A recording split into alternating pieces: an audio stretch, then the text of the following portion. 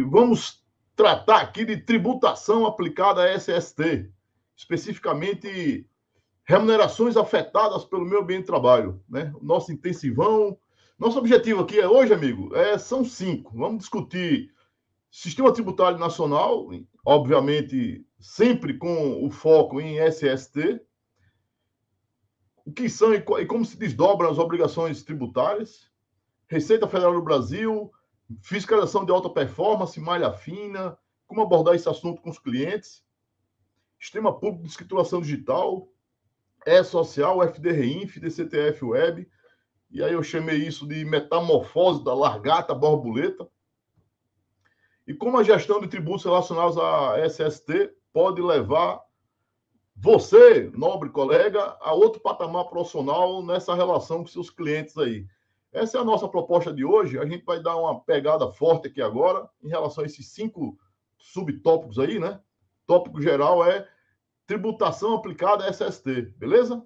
Bem, definição fundamental que a gente precisa incorporar agora no mundo de SST. E quando a gente fala SST, estamos falando de segurança e saúde do trabalhador, né? É uma figura jurídica nova que veio a partir da Constituição da República, de 1988, especificamente no artigo 200, que trata desse instituto jurídico, saúde do trabalhador. Agora em diante, toda vez que a gente se referir a SST, não é SST de 1967, lá da Constituição da República de 67, ditatorial. SST, Segurança e Saúde do Trabalho, é no contexto da primeira geração de saúde do trabalhador, lá em 1967. Eu lembro a vocês que eu tenho um PROCAP, um Programa de Capacitação e Aperfeiçoamento, que trata da reforma da Previdência, a reforma trabalhista, e eu faço todo o resgate histórico aí dessa evolução de SST, trabalho, para SST, trabalhador, a partir dessa virada de chave aí, que foi a Constituição da República de 88, tá? Então, quando a gente se refere aqui a tributo aplicado a SST, estamos falando de uma figura jurídica, segurança e saúde do trabalhador, que tem um custeio para benefícios previdenciários dentro do orçamento público, do orçamento da Seguridade Social. Esse orçamento é alimentado por várias vias, mas uma das vias, a mais importante, é a via da tributação.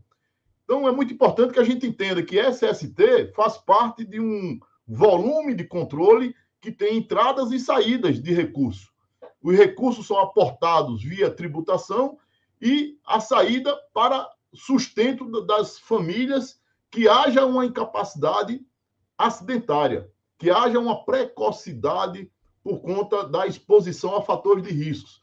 Então, SST, Segurança e Saúde do Trabalhador, passa a ser elemento nuclear para fins de equilíbrio fiscal do orçamento público da Seguridade Social, que deve prover assistência, saúde e previdência. Para isso, existe o tributo. O tributo vem do fiscus. Fiscus é aquela cordoalha, né? Aquela palha lá na Roma antiga que compunha os cestos que os romanos faziam a cobrança em porta lá nos seus protetorados, né? Então, a ideia de fiscus, a ideia de fiscal, tem a ver com cobrança de impostos. E como a cestinha tinha esse material, né, de composição, que é o fiscus, ficou, né, na linguagem moderna, ficou associado à cobrança de impostos. Fiscal tem a ver com impostos, tem a ver com recolhimento, arrecadação dentro de uma cestinha. E o tributo é toda prestação pecuniária em moeda ou cujo valor nela se possa exprimir, que não constitua sanção de ato ilícito, instituída em lei e cobrada mediante atividade administrativa plenamente vinculada. Então, quais são os elementos característicos do tributo que a gente precisa ter em mente, né? Caráter pecuniário, pecúnia, dinheiro, pecum, boi, vaca, né? Na época era a moeda de troca, era os bovinos, né? A pecúnia, a pecuniária, né? Então, dinheiro, compulsoriedade é obrigado, a natureza não sancionatória, não confundir multa com tributo. Multa tem natureza sancionatória. O tributo tem natureza arrecadatória para fim de sustento daquilo que a sociedade definiu que deve ser provido por todos, né? A tributação tem esse caráter de transferência de renda, né? Tem esse caráter de espalhamento de benefícios para toda a sociedade por conta de uma acumulação para o Estado em relação a demandas sociais, né? Cobrança mediante atividade plenamente vinculada à administrativa. Essa atividade está a cargo do auditor fiscal da Receita Federal do Brasil. Cuidado! Quando a gente fala está a cargo, e eu vou aqui fazer primeiro tem interrupção aqui, compartilhamento. Então, o primeiro ponto aqui que eu queria chamar a atenção de vocês é que em SST nós temos um grande universo, que é o universo relacionado à tributação aplicada sobre a remuneração afetada pelo meio ambiente de trabalho. Afetada por quem? Pelo empregador, que introduz variáveis, fatores de riscos que são prejudiciais à saúde e à integridade física. E agora a Constituição da República foi emendada em novembro de 2019 e foi tirada aí o integridade física, ficou apenas prejudicial à saúde. Então, nesse contexto, é muito importante que a gente entenda tributo, toda prestação pecuniária em moeda ou em cujo valor nela se possa exprimir, que não constitua sanção de ato ilícito mediante atividade administrativa plenamente vinculada, e a lei dispõe esse plenamente vinculado a um procedimento fiscal cujo competente autoridade, o delegado tributário, o delegado presidente do procedimento administrativo fiscal, é o auditor fiscal da Receita Federal do Brasil. Importante frisar que, diferentemente da norma trabalhista, na norma tributária, a competência é do cargo, não é do órgão. Quem faz a fiscalização trabalhista é o auditor fiscal do trabalho, mas o competente para impor as multas é o superintendente, porque a competência é do órgão, isso está na CLT, lá no capítulo 5 da CLT, a competência é do órgão, não é do auditor fiscal do trabalho. Então, o auditor fiscal do trabalho não tem competência para impor a multa. Ele pode lavrar a multa e essa multa passa pelo crivo do superintendente, que poderá impor a multa ou não. Essa imposição de multa terá acréscimos ou não. Essa decisão é do órgão, representado pelo superintendente. Está claro, amigos? No Código Tributário Nacional, essa competência é do cargo, não é do órgão. Então, cabe ao auditor fiscal da Receita Federal do Brasil impor a multa. A multa de ofício. Definir qual o quantum, se há agravos, se há agravantes ou não, se há algum tipo de embaraço, algum tipo de tentativa de suborno, algum tipo de desvirtuamento do procedimento fiscal, né? Então, esse plenamente vinculado diz respeito à competência do cargo mediante procedimentos que estão definidos na IN 971 da Receita Federal do Brasil, que eu tive o privilégio, né, a oportunidade de escrever a primeira versão, que hoje ainda muito remanesce da nossa escrita original. Então, você pega a IN 971, capítulo 9, que trata das demonstrações ambientais. É importantíssimo que o nosso profissional de SST esteja alinhado com esse novo universo aí, que é o universo de SST no campo tributário. Como é que você se apropria disso? Né? A sugestão é que você participe dos nossos PROCAPs aqui.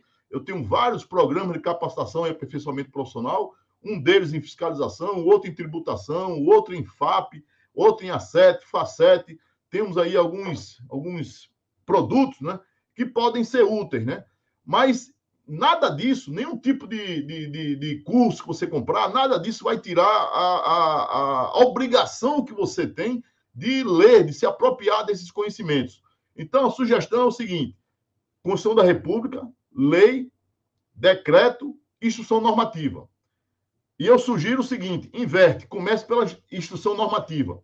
pega o capítulo 9, a IN 971 da Receita Federal, só tem 6 artigos, do artigo 298 ao 302 lá, são pequenos, 3, 5, 6, 7 artigos no máximo.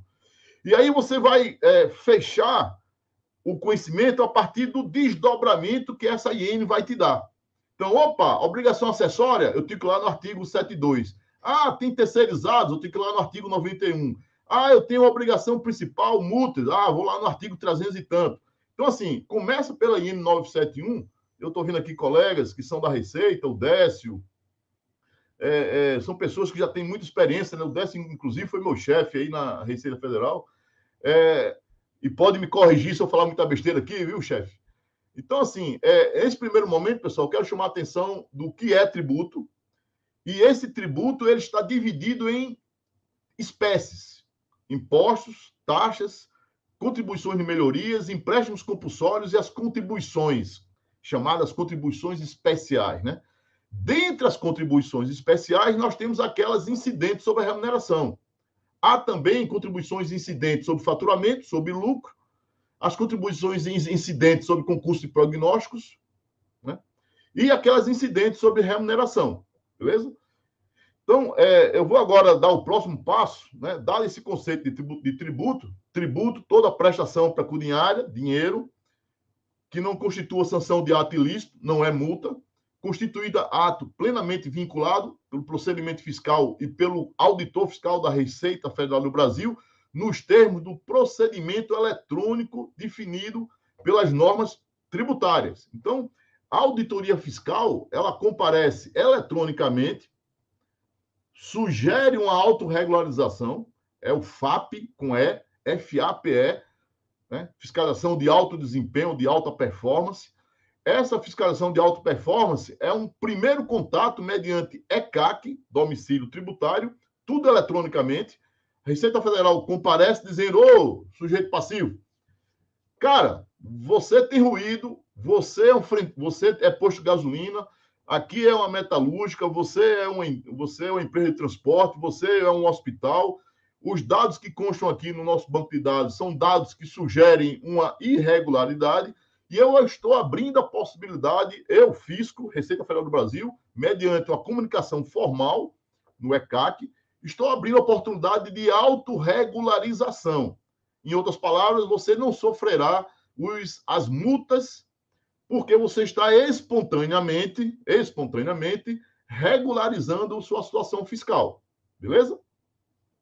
Então, o FAPE, fiscalização de alta performance, é uma das modalidades, é um dos instrumentos da Receita Federal para garantia do crédito tributário sem dar muito cascudo na empresa, né, pessoal?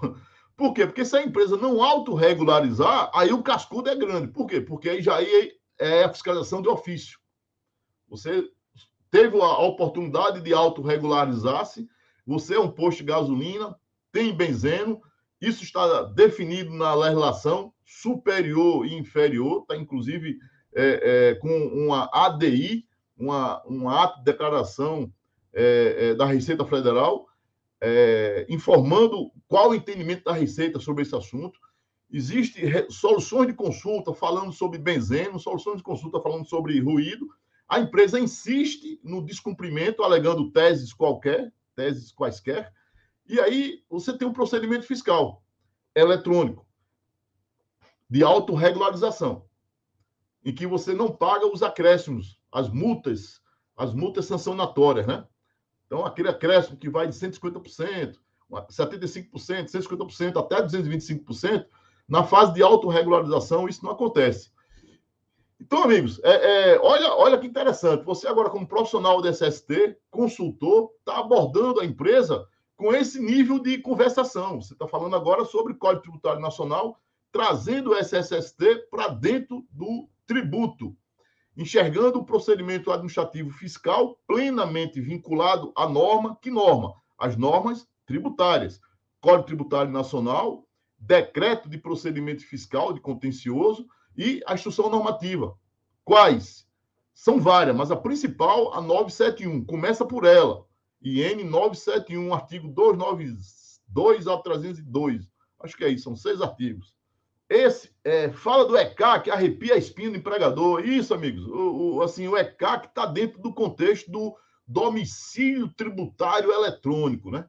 O que é o domicílio? É o lugar que a empresa comparece para fins de conversação com o fisco. Ela elege, dentre os seus estabelecimentos, o estabelecimento que será aquele de entrega, de representação, de interface com o fisco. O nome desse estabelecimento, tributariamente falando, é o domicílio tributário. Então, nem sempre a matriz, Jefferson, é o domicílio tributário. Tem uma empresa grande aqui no Brasil que o domicílio tributário é o estabelecimento 0016, que não é o 0001, que seria a matriz, que é a matriz, né? Então, o fato de ser a matriz, onde a empresa administra os seus estabelecimentos, onde está o diretor, onde está toda a decisão da empresa, essa matriz nem sempre será o domicílio tributário. A regra é que normalmente é. Onde você tem a tomada de decisão, onde tem os diretores, você tem a contabilidade, você tem todo o aparato para se comunicar com o fisco, né? Mas nem sempre. É possível que o domicílio tributário seja outro que não a matriz, correto, Jefferson? E esse domicílio tributário é eleito pelo próprio contribuinte. E ele informa nos cadastros tributários qual é o seu domicílio tributário. E lá no ECAC, esse domicílio tributário é eletrônico. E é lá que acontecem as intimações, as informações do COMPRO, as informações de procedimentos fiscais que estão em andamento, concluídos. É lá que tem toda a apuração dos débitos, créditos, as informações de demonstrações financeiras, contábeis. Essa interface fisco-empresa acontece no ECAC. Então, se houver um FAP com fiscalização de alta performance, relacionada a SST, por exemplo, que está em vigor agora, né? Está correndo agora o FAPE, o FAP de ruído e benzeno. Então, empresas que têm ruído e têm benzeno, tem que ficar de alerta para poder aproveitar essa oportunidade, autorregularizar-se e não pagar os acréscimos. Beleza, Jefferson? Consegui avançar aí, né? Então, vamos lá. Eu vou voltar aqui para a telinha, tá bom, pessoal? Eu voltei aqui para poder ver o chat. Beleza? Vamos lá. Voltar para a telinha aqui. Compartilhar a tela. Compartilhar a tela. Câmbio 1, 2, 3.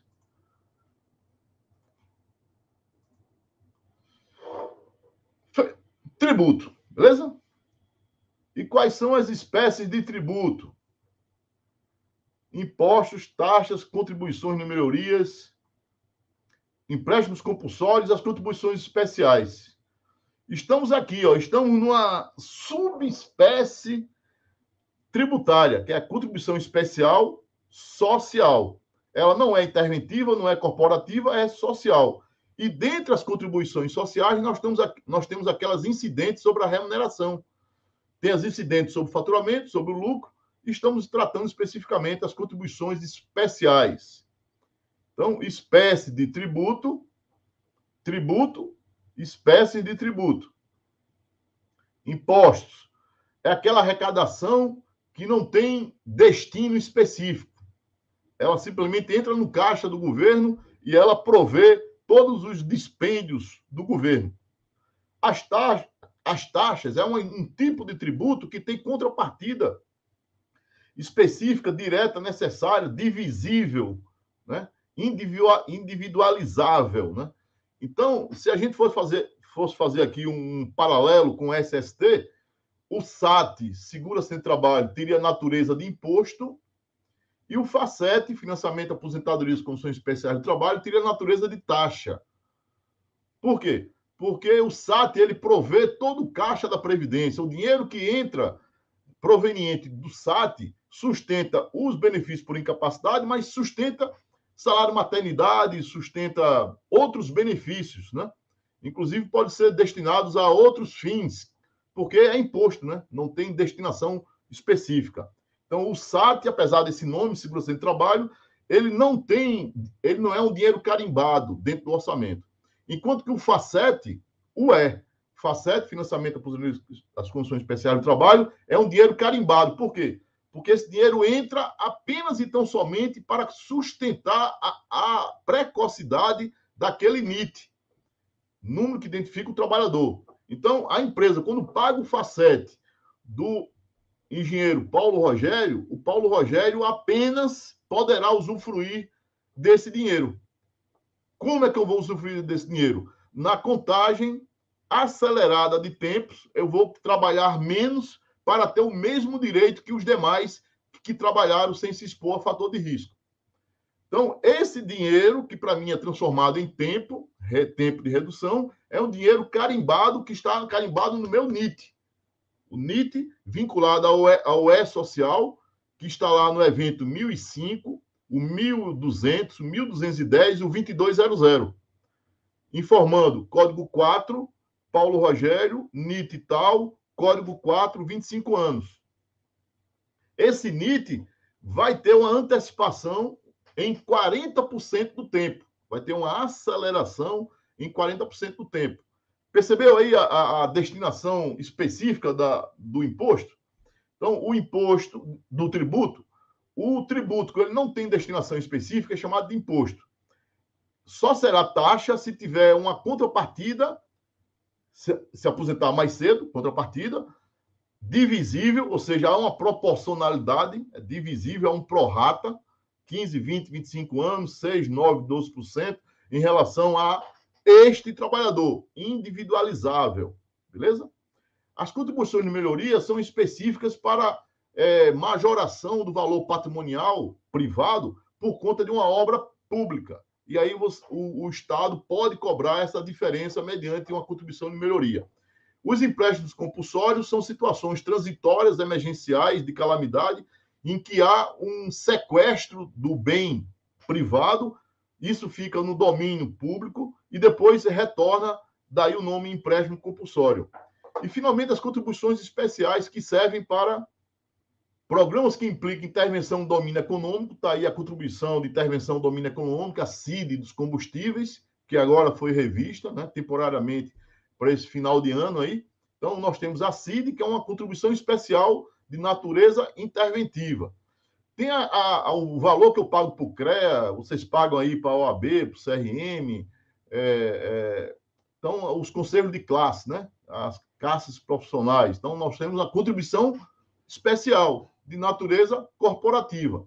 E as contribuições sociais, aquelas que financiam a Seguridade Social. Então, estamos falando de SST. SST está dentro das contribuições sociais. As contribuições sociais são espécies de tributo na categoria de contribuições especiais. Né? E a natureza jurídica é como se fosse um imposto. Se for o SAT. É como se fosse uma taxa, se for o FACET. Mas todas elas são de contribuições especiais. Por que essa diferenciação? Porque a contribuição especial ela não entra no rateio da repartição tributária entre União, Estado e municípios. Se esse SAT fosse considerado como imposto, não fosse uma contribuição especial, esse imposto é obrigado a ser repartido para os estados e para os municípios, mediante o Fundo Constitucional de Repasse aos estados e aos municípios. Tá claro, pessoal? A taxa, o FACET, teria uma destinação específica e com o nome taxa. Mas o legislador preferiu colocar essas espécies tributárias no guarda-chuva de contribuições especiais sociais. Beleza, amigos? O Marlos falando aqui. Paulo, explica melhor o termo ADI para o STF e para a Receita Federal. Alguns misturam o entendimento. Boa. Confunde mesmo, né? ADI é ação direta de constitucionalidade, que é o controle difuso, controle concentrado feito pelo STF. Porque a constitucionalidade dos atos administrativos, das leis, elas podem acontecer no âmbito dos juízes em geral, que a qualquer tempo, em qualquer ação, pode julgar inconstitucionalidade, e aí é uma ação difusa, espalhada, ou um controle concentrado no STF. O STF tem a prerrogativa constitucional de dizer, especificamente, no caso concreto, se determinado ato administrativo, ou lei, ou parte de lei, o parágrafo, o inciso, é inconstitucional ou não, em tese. Então, em tese, o STF, mediante uma ação direta de inconstitucionalidade, pode pronunciar a inconstitucionalidade de uma lei. Já a Receita Federal usa um termo muito parecido aí, ADI, que é uma declaração de interpretação. É um ato declaratório interpretativo. E aí confunde, né, Marlos? ADI, ação direta de constitucionalidade, com ADI, ato declaratório de interpretação, né? Obrigado aí, Marlos, por ter lembrado essa sutileza aí de abreviações, né? Tá claro isso? Então, a ADI é o fisco dizendo para a sociedade, para os contribuintes, qual é a interpretação que o fisco dá a esse pedaço da norma, a essa lei, a esse tema. Certo? ADI é um ato declaratório interpretativo que soluciona controvérsias, divergências interpretativas. Okay?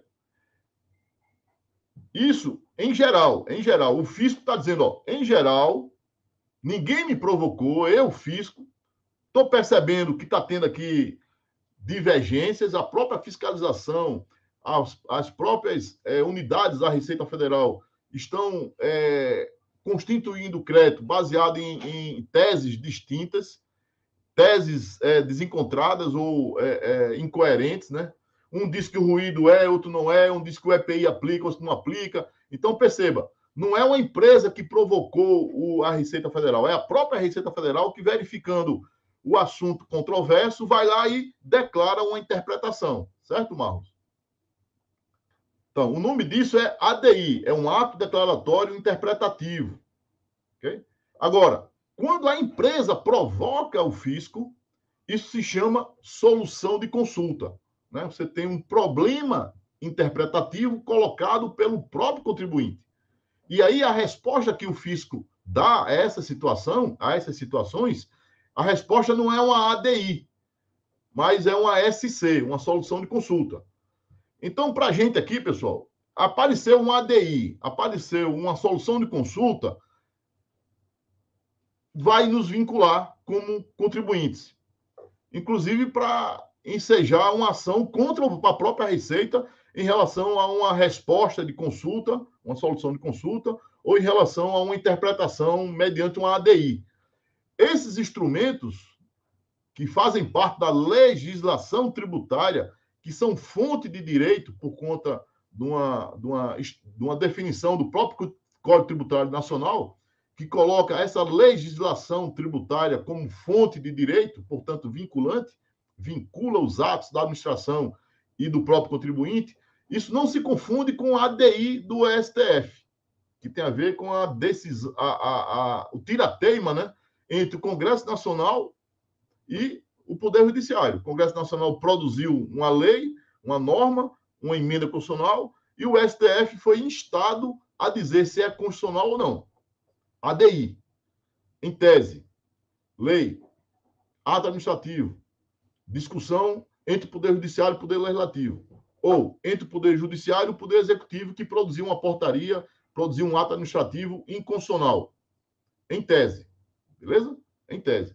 No caso concreto, juízes espalhados no Brasil afora podem, no controle difuso, entender que aquele ato, aquela sentença vai ser ancorada numa definição constitucional, que contraria, inclusive, que a lei contraria esse dispositivo constitucional.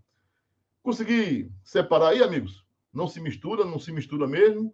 ADI para a Receita Federal trata especificamente, né, trata de benzeno, trata de ruído. Temos a solução de consulta 40, que trata de benzeno e ruído, mas cuidado, a solução de consulta é apenas para o período de 97 a 2003. Cuidado, já vi muita gente aí na internet cometendo esse erro, né? Ah, não, o fator de dobra é 5, porque a própria Receita usa na solução de consulta a metodologia da NR15, usa expressamente o Q5. É verdade, entre 97 e 2003. A solução de consulta 40. Pessoal, tudo isso que eu estou falando com vocês, nós aprofundamos nos nossos PROCAPs, tá? Eu estou dando aqui uma visão para vocês que a gente aprofunda bastante. A gente vai discutir isso com muita profundidade lá no nosso PROCAP de tributação aplicada ao meio ambiente e trabalho, lá no PROCAP do FACET, lá no PROCAP da fiscalização de SST, pela Receita Federal. Eu não vou aqui perder aqui a nossa sequência, porque o tema é bastante auspicioso, né? Mas eu preciso dizer para vocês, quer aprofundar? Vai no nosso PROCAP. Quer entender de forma completa, profunda? Vai no nosso PROCAP. Que PROCAP? Do FAP, do FACET, de tributação aplicada, de fiscalização de SST na Receita Federal. Quer entender sobre solução de consulta? SST? É simples. Lê as soluções de consulta. Vai lá no www.Receita Federal, legislação, coloca comando lá, palavra de pesquisa, aposentadoria especial. Vai aparecer um monte de solução de consulta. Dá uma filtrada e verifica aquilo que te interessa. Não, eu quero ver ruído, quero ver calor, quero ver biológico, quero ver benzeno. E aí, uma solução de consulta que eu tenho visto aí que o pessoal está usando de forma equivocada é a solução de consulta número 40, da 7ª Região Fiscal do Rio de Janeiro. Né? Então, a 7ª Região Fiscal produziu uma solução de consulta correta. Fator de dobra, 5.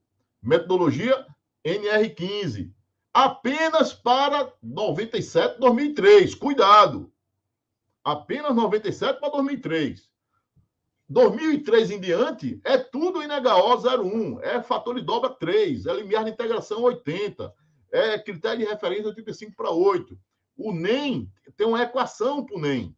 Essa equação está na INHO 01. A equação do NE está na NHO 01. Procedimento, metodologia, instrumentação, metrologia, plano de amostragem, tudo isso está na INHO 01. Então, quando você tiver na dúvida em relação ao fato gerador tributário, você tem que verificar o seguinte: tem remuneração? Essa remuneração é por subordinação jurídica? Essa subordinação jurídica determina a exposição? Essa exposição é um fator de risco físico, ruído? Esse ruído ultrapassou o limite de tolerância? Esse limite de tolerância é 85 dBA NEM, nível de exposição normalizado. E o que é NEM? O NEM é o resultado de uma fórmula que está na INHO 01. E como é que se opera essa fórmula?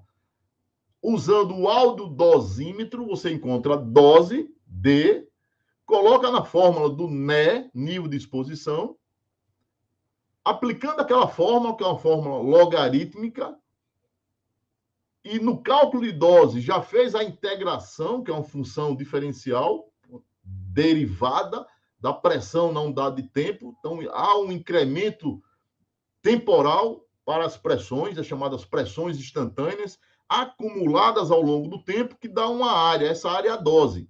Então, o audodosímetro já fez o cálculo integral diferencial. Você pega a resultante desse cálculo, que é a dose, coloca na equação do NE, nível de exposição. O nível de exposição você corrige para 8 horas, é o NEM. Essas equações estão na NHO 01.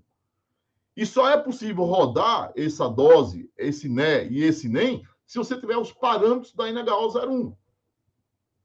Q3, integração a partir de 80, critério de referência 85. Beleza, amigos? Então, cuidado. Muitos consultores aí, Brasil afora, já vi muita gente em internet, muita gente engravatada aí, dando aula, consultoria, tal, né? Falando besteira, né? As soluções de consultas que a Receita Federal produziu até hoje, nenhuma delas foge disso que eu estou falando para vocês aqui agora. Para ruído, dobra 3, integra 80 e critério de referência 85. Audodosimetria, IEC tipo 2, instrumentação, metrologia, plano de amostragem, cálculo do NE, correção do NE para o NEM, verificação do decreto 3048, anexo 4, passa ou não passa. Gabarito passa ou não passa. Está acima ou abaixo de 85 dBA. Beleza? Por que o manual do INSS é ilegal em relação ao ruído? Ele é ilegal, ele é completamente ineficaz à medida em que ele contradiz norma superior. Então, Jefferson, Everton, os colegas aí que mexem com ruído aí, isso é outro equívoco que muita gente na internet fala besteira, completamente equivocado, né? Por quê? Porque o INSS introduziu uma pulha, introduziu um elemento de perturbação, né? Porque a gente olha, tem uma norma lá escrita pelo INSS, dizendo que a equação para calcular o NEM tem um coeficiente de 16,61, a gente vai imaginar que isso é ilegal? Né? Eu não entendo porque o INSS divulga, mas é isso, Wilson, é isso. É para complicar, perturbar, confundir, negar direitos. No final das contas, pessoal, é uma questão ideológica. Você tem lá quem manda, tem lá o staff, tem lá toda aquela ideologia dominante, e a gente está diante de uma situação de uma ideologia dominante de destruição, de não reconhecimento de direitos, né? E para não dizer escancaradamente que vai negar direitos, porque o fator de dobra 5 é uma fraude previdenciária, o fator de dobra 5 é uma fraude tributária, o fator de dobra 5 é uma exclusão artificial de direitos, porque a régua que mede 1 metro foi colocado com 1,20 m. Usar o fator de dobra 5 é medir 1 metro com a régua de 1,20 m. Você está roubando a medição. Isso é um roubo. Ah, mas por que o INSS publicou? Para negar direitos, para negar benefício. E aí você estimula a sonegação fiscal, dá álibi às empresas que querem sonegar, porque está lá na IN. E esquece que a IN é norma inferior, Wilson. Amigos, a IN é norma inferior ao decreto. Existe um princípio no direito importantíssimo, que é o princípio da hierarquia das normas. Uma lei não pode contrariar a Constituição da República. O decreto não pode contrariar a lei. E a IN não pode contrariar o decreto. E o decreto está dizendo nem 85 dBA. O fato de ser nem 85 dBA, nem, obriga o uso de uma equação. Essa equação só existe na NHO 01. E a equação da NHO 01 tem um coeficiente 10. Log de T, tem 10 log, não é 16,61. Por quê? Porque esse 10 decorre do quociente Q dividido por log de 2. Q sendo 3 e o log de 2 sendo 0,3, 3 dividido por 0,3 dá 10. O coeficiente que está na NHO 01 considera o quociente Q dividido por log de 2. Q é 3, correto, cientificamente correto, dividido por log de 2, que é 0,3. 3 dividido por 0,3 dá 10. Como é que o INSS traz 1661? Lá na fórmula do NEM do INSS. Porque em vez de 3 no lugar do Q, no numerador, eles colocam 5. 5 dividido por 0,3 dá o 16,61. Está correto, pessoal? Então, você como consultor, você como profissional da área, precisa dizer exatamente isso. Não se aplica a equação do INSS, porque esta equação está definida em norma superior. Qual é a norma superior? Decreto. O decreto duplamente comanda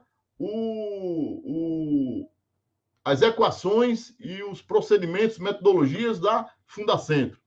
Lá no artigo 68 do Regulamento da Previdência, expressamente comanda para a norma da Fundacentro. E lá no anexo 4, quando ele usa a variável NEM. Gustavão, você é consultor de empresas. Tem lá o advogado da empresa, tem lá o povo do CERN lá dizendo: a resolução do INSS manda calcular com 1661. A equação é outra.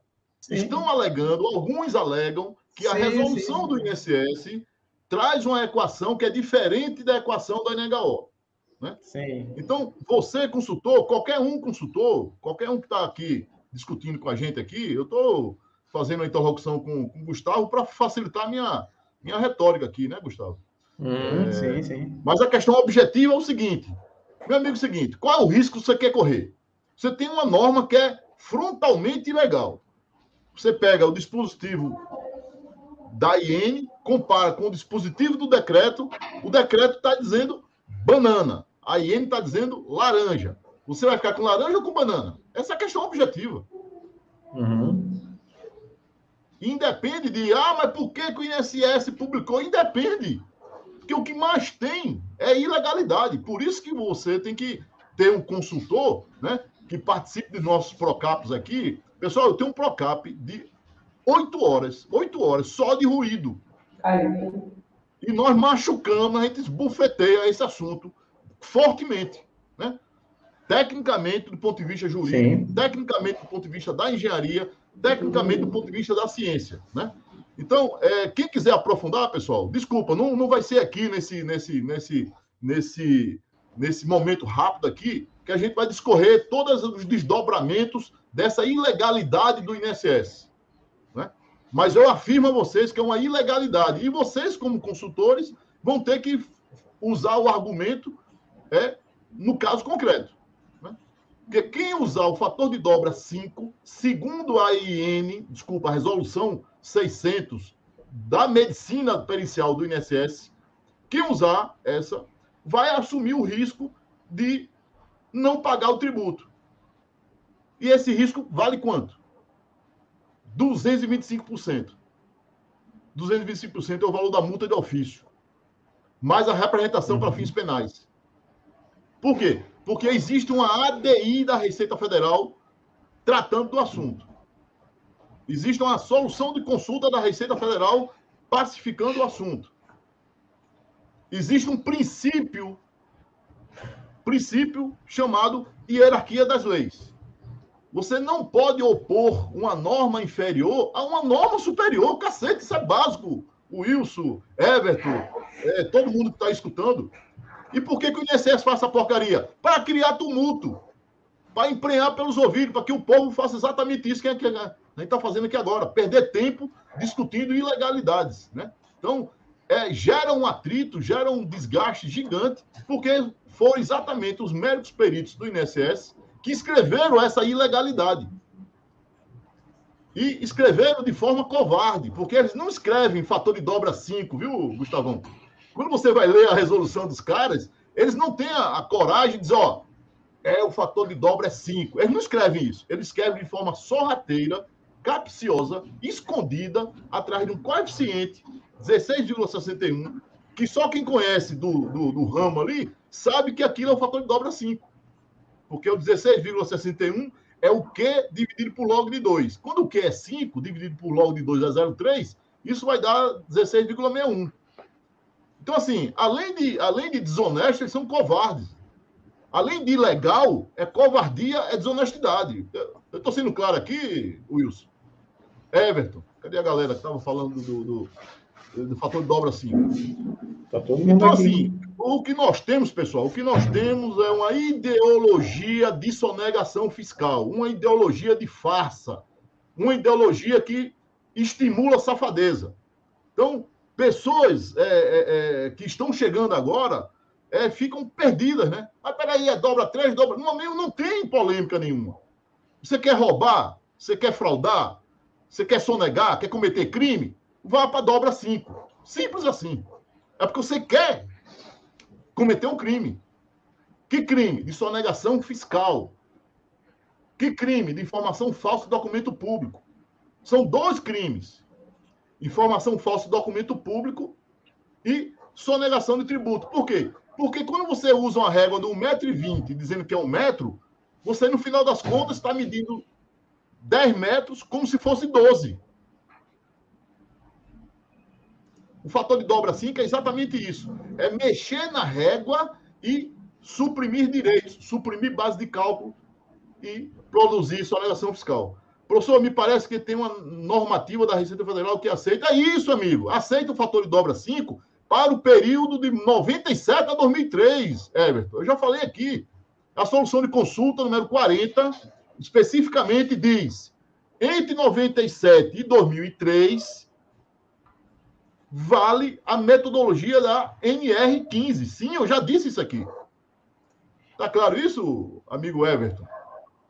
A partir de 2003, com a entrada do decreto 4882, a partir de 2003, redação atual, produzida por esse decreto 4882, que alterou o 3048, a redação que nós temos hoje nasceu no dia 19 de 11 de 2003, por força desse decreto que alterou o 3048. Beleza, amigos? Então, hoje que eu falo é a partir de 19 de novembro de 2003, e a solução de consulta é até 18 de novembro. A solução de consulta é até 18 de novembro de 2003. E ela só vale para esse período. Cuidado! Então, assim, nós estamos diante de um tumulto criado pelo próprio governo, tumulto esse instruído ideologicamente pela medicina de trabalho, que dentro do INSS colocou uma resoluçãozinha, rodapézinho, dizendo o seguinte, não pague tributo não e me use como álibi. Você vai ser um criminoso, mas vai ter um álibi. Qual o álibi, seu juiz? Está no INSS. Como se isso fosse um escudo para cometimento de crimes, né, pessoal? Tá claro isso, meu amigo Everton? Pessoal, eu terminei ficando mais chato do que eu sou, né, Gustavo? Eu terminei ficando nervoso aqui, alterado, esse negócio de falta de energia, entra energia, vai e vem, vocês me esperando aí. Tô vendo 49 Não, pessoas Paulo, aqui. não, tá fantástico. Tá, todo Deixa mundo eu... tá dando feedback aqui. Volta lá para o conteúdo que você preparou, a apresentação. Deixa eu... Gustavão, me ajuda aí. Tá tranquilo? Respira. Vamos lá, aguinha. Rapaz, o Gustavo passou uma semana me ensinando a falar aqui na frente para vocês e aí eu faço tudo errado. Gustavo, Carla, Estevam, rapaz, não fala palavrão, rapaz, não fala isso, não fala aquilo, Aí chega aqui, eu sou o Paulo Rogério, lascou. Lascou, Gustavão. Vamos embora. Então, o que é tributo? Quais são as espécies? Há uma subespécie, contribuições sociais. As contribuições sociais incidem sobre a remuneração, sobre o lucro, sobre o faturamento. No regime geral de previdência social, nós temos a regra geral é tributação incidente sobre a remuneração. Regra de exceção, empresas optantes pelo Simples, clubes de futebol, EBAs, entidades beneficentes da ciência social, as filantrópicas, agroindústrias, produção rural, para segurado especial ou comercialização de excesso de produção rural. Essas situações tributárias são tidas como excepcionais. E, excepcionalmente, a tributação que incidiria sobre a remuneração incide sobre o faturamento, a comercialização. E em relação às EBAs, as filantrópicas, não há incidência alguma. Há uma imunidade tributária. Beleza, pessoal? Então, SAT, seguro acidente de trabalho, incide sobre remuneração. Essa remuneração depende do regime tributário. Regime tributário, em geral, incidente sobre a remuneração. Se for um segurado empregado doméstico, essa incidência continua sendo sobre a remuneração. Todavia, não há GIUDRAT, não há grau de risco. Porque o grau pressupõe vários níveis de insalubridade, vários níveis de periculosidade, vários níveis de nocividade. Para o segurado empregado doméstico, não há GIUDRAT. Há apenas uma alíquota, 0,8%. E quem paga? O empregador doméstico. O empregador doméstico paga SAT? Sim. O segurado empregado doméstico tem direito a acidente de trabalho? Sim. Está coberto pelo SAT. Beleza? Os segurados empregados, os segurados trabalhadores avulsos, têm SAT. Só que o SAT está graduado por graus de incidência incapacitantes laborativas decorrentes do risco ambiental do trabalho, GIL-DRAT. E esses graus, pelo amor de Deus, pessoal, não existe GIL-DRAT em percentual. GIL-DRAT é médio, leve ou grave. Não existe GIL-RAT, não existe RAT. Tudo isso é conversa de gente que não conhece da matéria, não sabe o que está falando. Inclusive a própria Receita. Você pega o site da Receita lá, você pega quando você pega lá, entra no site da Receita Federal, digita SAT, FAP, não sei o que, aparece lá GIL-RAT, o RAT, tá tudo impróprio, é impróprio, porque a lei traz o SAT, Segurança do Trabalho, alíquotas nominais 1, 2, 3%, baseado em GIL-DRAT de leve, médio ou grave. Então, o GIL-DRAT é um precificador a partir da epidemiologia. Esse preço decorre do grau. O grau é leve, é médio ou grave. Se o grau é grave, a alíquota nominal é 3%. Ok, amigos? Então, você como consultor, dá uma arrumada aí no teu glossário, dá uma arrumada aí no teu siglário, né? Dá uma limpada aí, tira essas bobajadas de RAT, GIL-RAT, chamar RAT de percentual, não existe isso, tá tudo errado. O SAT é o tributo cuja espécie é contribuição social. Essa contribuição social é incidente sobre a remuneração ou sobre o faturamento. Se é uma empresa cujo regime de tributação é excepcional, entenda-se, produtor rural, pessoa física, produtor rural, pessoa jurídica, agroindústria, vai pagar o SAT? Vai, mas não é em cima da remuneração, é em cima do valor comercializado, 0,1%.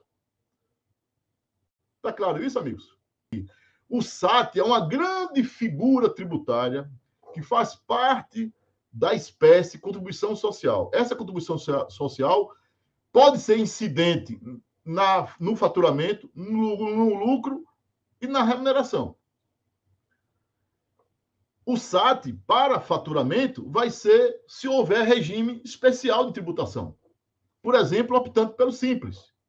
O optando pelo Simples paga o SAT? Paga, dentro de uma alíquota única, num regime especial de tributação, que é o regime do Simples Nacional. O Simples paga SAT? Paga, mas não sobre o não sobre a remuneração. E se não paga sobre a remuneração, não tem FAP e nem tem FACET.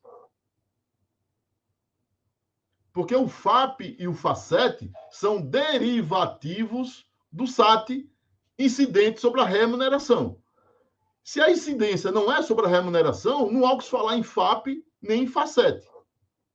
O SST, no tributo, nós temos a espécie de tributo de contribuição social. Essa contribuição social pode ser incidente no faturamento, regra da exceção, ou na remuneração, regra geral. Quais são os regimes excepcionais? Optando pelo Simples Nacional, Lei Complementar 1, 2, 3. E aí tomar cuidado que a Lei Complementar ela tem uma exceção. É uma exceção da exceção. Então, é possível que, mesmo sendo optando pelo Simples, a contribuição social continue com incidente sobre a remuneração. O anexo 4 da Lei Complementar 123 excepciona determinadas atividades econômicas que, ainda que sejam simples, optando pelo Simples, continuam incidindo sobre a remuneração. E aí tem FAP e tem FACET. Então, vamos lá. Primeira etapa aí do nosso papo, acho que a gente fechou aqui, né? Tributação em geral, regimes especiais, Simples, filantrópico, agroindústria, clube de futebol. O que é que você tem que olhar, bater o olho, verificar se tem um regime especial de tributação.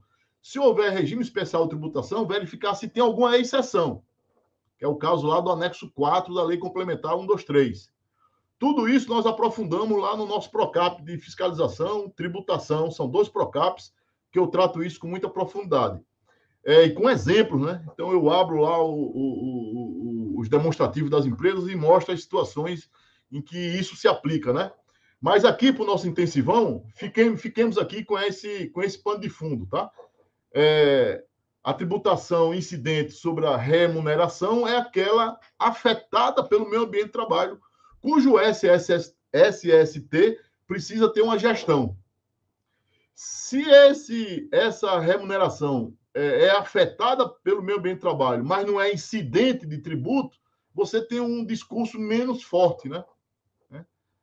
Por que menos forte? Porque o tributo é o grande argumento para dizer, me contrate minha consultoria, porque existe uma tributação incidente sobre a remuneração. Ora, se a empresa não paga em cima da remuneração, ela não é tributada pela flexibilização do SAT, que é o fator sanitário de prevenção. Ela não é tributada pelo financiamento, aposentadorias, condições especiais do trabalho, FACET. Então, ter ou não ter ruído, acima ou abaixo, ter exposição, isso, aquilo, outro, não vai fazer diferença no pagamento de tributo, porque para empresas optantes do Simples, que não estejam excepcionadas lá no anexo 4, não vai fazer diferença. Concorda, Gustavão? Mas ainda assim o tributo é importante. Por quê? Porque é por conta do tributo que essas mesmas empresas vão informar o E-Social. E aí o E-Social está combinado com o FDREINF, que é um ponto importante que eu percebo que a gente pode aprofundar bastante nessa área. E aí tem um PROCAP nosso aqui. Pô, mas esse cara só fala em PROCAP. Mas eu preciso falar para vocês. Tem um PROCAP de SST aplicado ao E-Social, que eu trato disso, PPP eletrônico. Terceirização, órgãos públicos, né? E lá a gente faz essa tratativa específica, dizendo, mesmo sendo optante pelo Simples, você vai ter retenção da nota se você prestar serviço para uma contratante e você expuser fator de risco. Você não paga o tributo, mas você tem a retenção. Hein, Gustavão? Então o cara, não, eu sou do Simples, não estou nem aí, não faço SST de nada, não contrato ninguém, não melhoro nada, porque tanto faz, tanto fez, eu não pago nada em cima da remuneração, mas ele presta serviço. E ao prestar serviço, diz o FDREINF, o contratante vai meter o cacete nesse prestador optando pelo Simples, retendo 2% por conta do FACET.